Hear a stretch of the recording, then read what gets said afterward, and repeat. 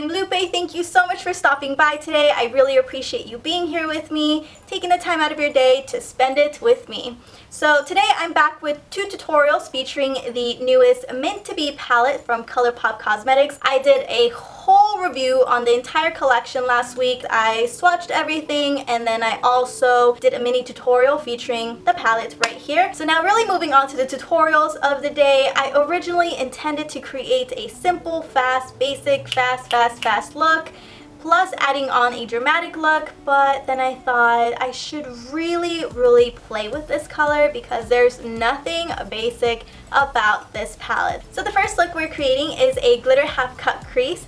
It sounds daunting and maybe a little intimidating, but it really just is that. It's a half cut crease that we're creating and then you're filling in that first half of the crease with glitter. So let's get started. The first eyeshadow you're going to start with is Get Fresh, and with a fluffy blending brush like this one. So this is a big fluffy blending brush that you always want to start with no matter what, because it'll make everything diffuse a lot nicer, simple, easy, and fast.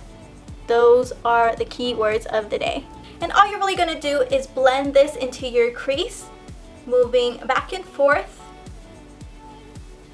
and then extending it past the crease just below the brow. That's all you want to do right now. Just create that really seamless foundation. Even if you think it's not helping at all, or you're not getting any color, or this color is really just too light, trust me, it helps with blending. It helps with making it really stand out a lot more rather than having a flat look. Trust me. So now that you've laid the foundation, go ahead. I laugh because we're now using de menthe. Gosh, how did I not know that was a French word? So now moving on to the menthe. This one is a light, it kind of reminds me of a matcha color. You want to swirl that all over your crease just as you did with the first base color. You want to blend back and forth in and then out. At this point we're layering because it really helps with dimension. I know I say that all the time. It's almost like the word in every video of mine, but it really helps with depth. It really helps create this illusion that it is not just a color that you slapped on. So now moving on to the outer corner, I'm using Ice Cold, and I'm also switching out my brush. So we went from the fluffy blending brush to a smaller fluffy blending brush. I've done this 3 times. Switching out to the fluffy blending brush here. I don't want this color to spread too far out towards my eyebrow, so that's why I switched to a smaller brush. It also just means it packs a lot more color because it's a lot smaller and dense. Sweep this color back and forth in a sideways V shape and then flick outward when you get to the center of your lid.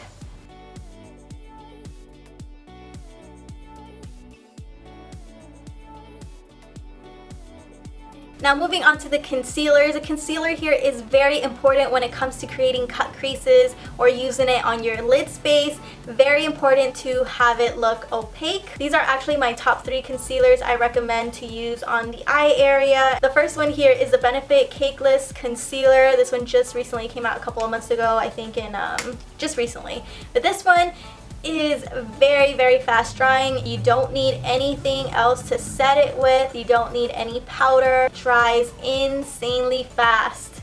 Once you spread it, there's no going back. This is a little bit more on the high end. This is the Kevyn Aucoin Summer.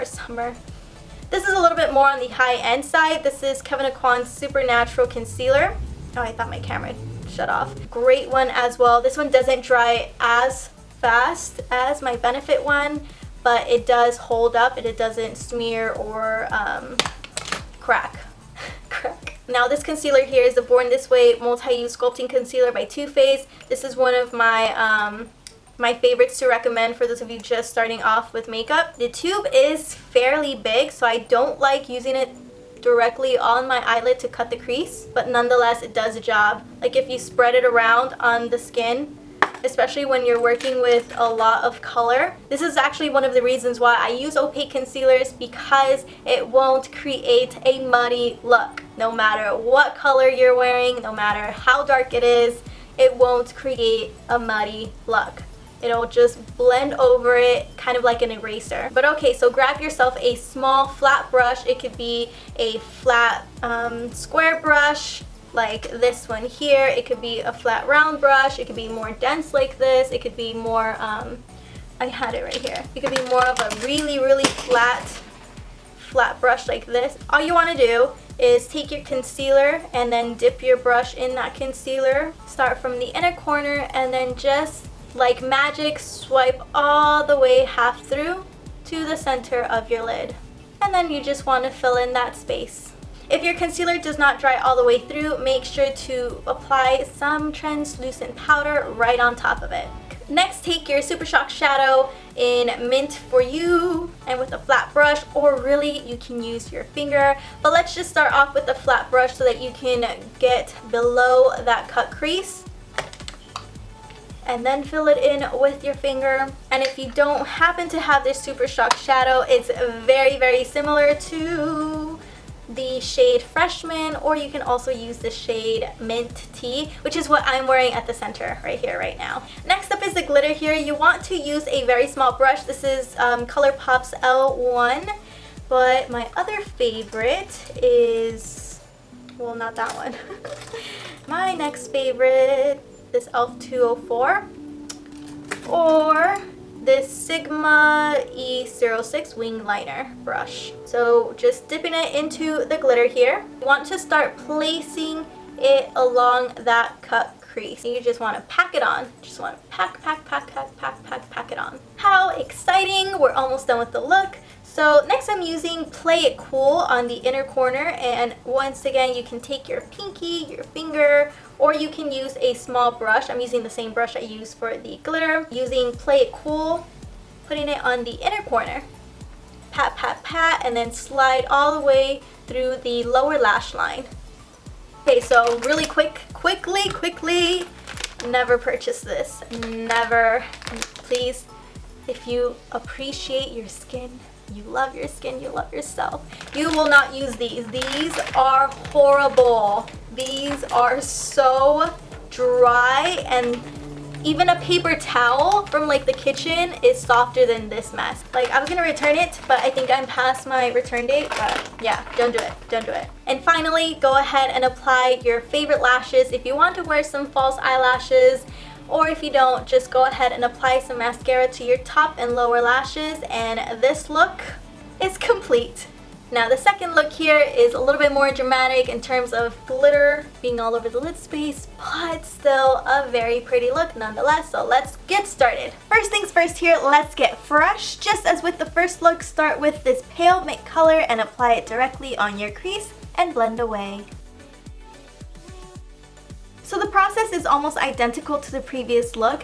I think all of my looks will start off this way anyways. So take the Month and apply this eyeshadow right on top of Get Fresh, but don't go beyond that shade. Stay within the crease. Next up is Ice Cold. Apply this eyeshadow on the outer corner, and it's really important to blend this way past the crease. Side note, I just noticed, I rarely apply a brow bone highlight anymore. I feel like it kind of just interferes with my filming, but then I never really add it on later. Is anyone else the same? Now, when working with Colourpop's glitters, make sure to only apply one layer. This formula tends to separate when you apply too much at a time, and you also want to pack it on to avoid smudging away the previous eyeshadows, especially since this is a jelly liquid glitter. The last step is mascara. I'm on the hunt for a mascara with a small but mighty wand. I love this formula from Pixi, but I have to be very careful with the wand since it is slightly bigger than my eye and way too close to the false eyelashes. Kind of gets messy if I don't pay attention. Any of you have any recommendations for me, send me a DM on the gram. And just like that, the look is complete. Alrighty my loves, that's pretty much it for the tutorials. I really hope you enjoyed them. Let me know if you would like to see more looks featuring this palette here, or if you don't want that and you want to move on to like other colors. Meanwhile, don't forget to check out my other videos.